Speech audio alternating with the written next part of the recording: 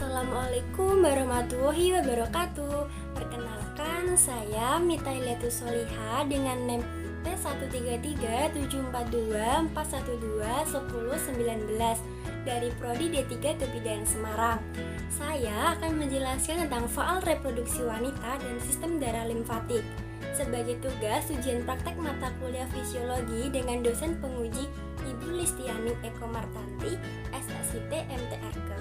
Yuk simak penjelasannya.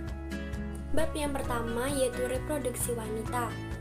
Genitalia eksternal. Yang pertama, mons pubis, bagian menonjol dari jaringan lemak. Ketika pubertas akan ditumbuhi rambut. Fungsinya sebagai bantal pada waktu hubungan seksual.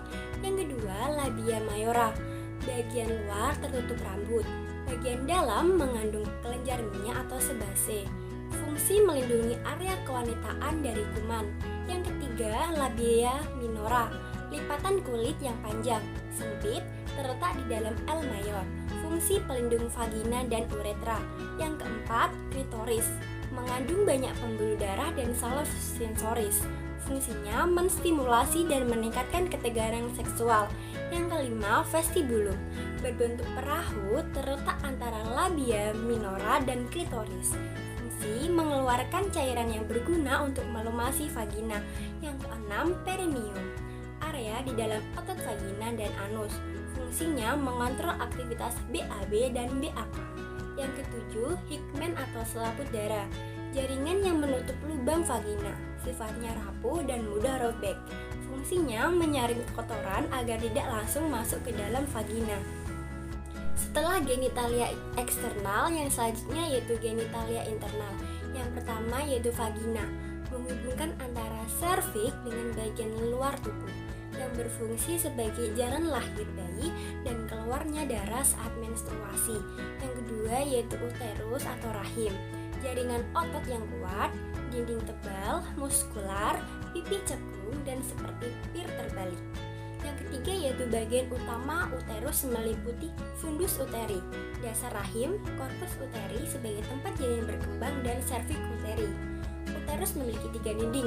Yang pertama, endometrium, berperan penting dalam peluruhan siklus head. Myometrium sebagai menghasilkan gerakan mendorong saat bersalin, dan perimetrium, visceral, yang menguatkan uterus. Fungsi dari uterus yang pertama, peluruhan darah haid. Yang kedua, sebagai tempat implementasi, retensi, dan nutrisi bagi janin. Yang ketiga yaitu ovarium, berbentuk bulat dan telur, terletak di sisi kanan dan kiri uterus. Fungsinya yang pertama, memproduksi ovum. Yang kedua, menghasilkan hormon estrogen dan progesteron. Yang keempat yaitu tuba fallopi, saluran ovum yang berjalan rata ke kiri dan kanan. Tuba fallopi terdiri dari yang pertama, para interstitial, terdapat di dinding uterus. Yang kedua, para isthmus, bagian medial tuba fallopi yang sempit. Yang ketiga, para ampullaris, berbentuk saluran leher agak melebar tempat terjadinya fertilisasi. Keempat, infundibulum, bagian ujung yang terbuka. Fungsinya mengantarkan ovum dari ovarium uterus, menyediakan tempat pembuahan. Selanjutnya itu sebagai saluran ovum yang telah dibuai dan menuju rahim. Faktor hormonal dalam reproduksi wanita. Yang pertama, hormon GnRH, berfungsi untuk menstimulasi hipotesis anterior untuk memproduksi dan melepaskan hormon gonadotropin. Hormon yang termasuk hormon gonad yaitu FSH, LH, dan HCG. Hormon gonad berpengaruh di testis dan ovarium yang kandungannya mengatur fungsi reproduksi wanita dan laki-laki. Yang kedua yaitu hormon FSH, berfungsi dalam pertumbuhan dan pematangan folikel granulosa di ovarium wanita. FSH terikat dengan reseptor spesifik pada membran plasma, sel targetnya yaitu folikel di ovarium. Yang ketiga yaitu hormon LH. LH berfungsi untuk mempertahankan korpus lutein pasca ovulasi. LH terikat pada reseptor membran plasma yang spesifik dan menstimulasi progesteron oleh sel korpus luteum. Yang keempat yaitu hormon estrogen. Hormon estrogen dihasilkan oleh ovarium. Hormon estrogen berfungsi menciptakan ketebalan dalam endometrium saat siklus menstruasi, menjaga kualitas dan kuantitas cairan serviks dan vagina, dan membantu mengatur temperatur suhu tubuh. Yang kelima yaitu hormon progesteron. Hormon progesteron adalah hormon steroid yang disekresi oleh corpus luteum, plasenta, dan sejumlah kecil dari folikel. Hormon ini berperan dalam peristiwa menstruasi serta kehamilan. Yang keenam yaitu hormon HCG.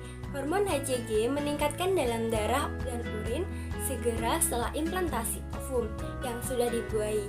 HCG berfungsi meningkatkan dan mempertahankan fungsi korpus luteum dan produksi hormon steroid terutama pada masa kehamilan awal. Yang ketujuh yaitu hormon prolaktin. Prolaktin diproduksi di hipofisis anterior. Fungsi dari prolaktin untuk memicu produksi dan sekresi air susu oleh kelenjar payudara. Di ovarium, prolaktin ikut mempengaruhi fungsi korpus luteum. Pada masa kehamilan, prolaktin diproduksi di plasenta. Prolaktin memiliki efek penghambat pada GnRH di hipotalamus, sehingga jika kadarnya berlebihan dapat terjadi gangguan pematangan folikel, gangguan ovulasi, dan gangguan menstruasi berupa amenorrhea. Bab yang kedua yaitu sistem darah limfatik. Darah adalah jaringan cair yang terdiri dari dua bagian. Yang pertama, interseluler, berisi cairan yang disebut plasma. Yang kedua, unsur-unsur padat yang terdiri dari eritrosit, leukosit, trombosit, dan hemoglobin.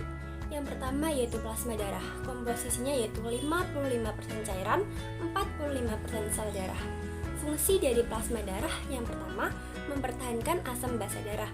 Yang kedua, media transportasi bahan organik dan anorganik.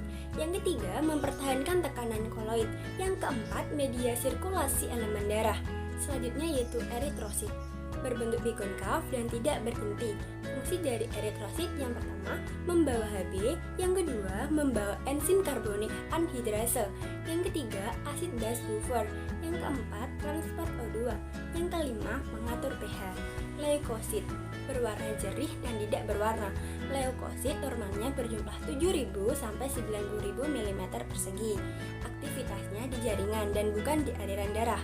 Sifat dari leukosit yaitu diopedesis, tembus pori, membran kapiler, dan masuk ke dalam jaringan. Gerak secara amoeboid. Leukosit dibagi menjadi 5. Yang pertama, neutrofil, jumlah paling banyak, membunuh bakteri dan fagositosis. Yang kedua yaitu limfosit, membentuk antibodi. Yang ketiga, monosit yang bersifat fagositosis. Ketiga tadi termasuk dalam agranulosit. Keempat yaitu basofil, berperan dalam proses alergi. Yang kelima, eosinofil, jumlahnya meningkat saat alergi. Dua tadi termasuk dalam granulosit. Selanjutnya yaitu trombosit, berbentuk fragmen dan tidak memiliki nukleus, dibentuk di dalam sumsum tulang belakang. Fungsinya yang pertama, membekukan darah, yang kedua sebagai fibrin dan fibrinogen. Selanjutnya yaitu hemoglobin, protein yang kaya akan zat besi dalam sel darah. Fungsinya yang pertama, mengangkut O2 ke seluruh tubuh. Kedua, memberi warna pada darah. Yang ketiga, mengangkut CO2 ke paru-paru. Keempat, mempertahankan bentuk eritrosit.